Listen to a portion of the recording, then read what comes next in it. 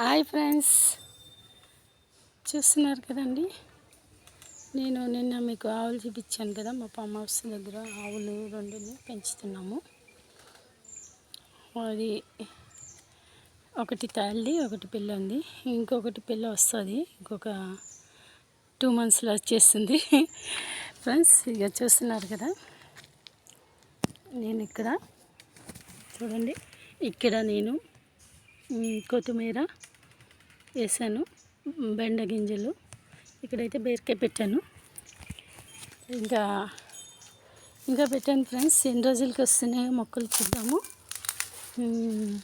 కాయలు, బీరకాయలు ఇది ఇక్కడ కొంచెం పెట్టాను, ఎందుకంటే ఈ కుండీలో పెడితే ఈ చెట్టుకి ఇలా ఎక్కి ఇలా కాస్తుంది కదా అని పెట్టాను. ఫ్రెండ్స్, ఇంకా బాగా చేయాలి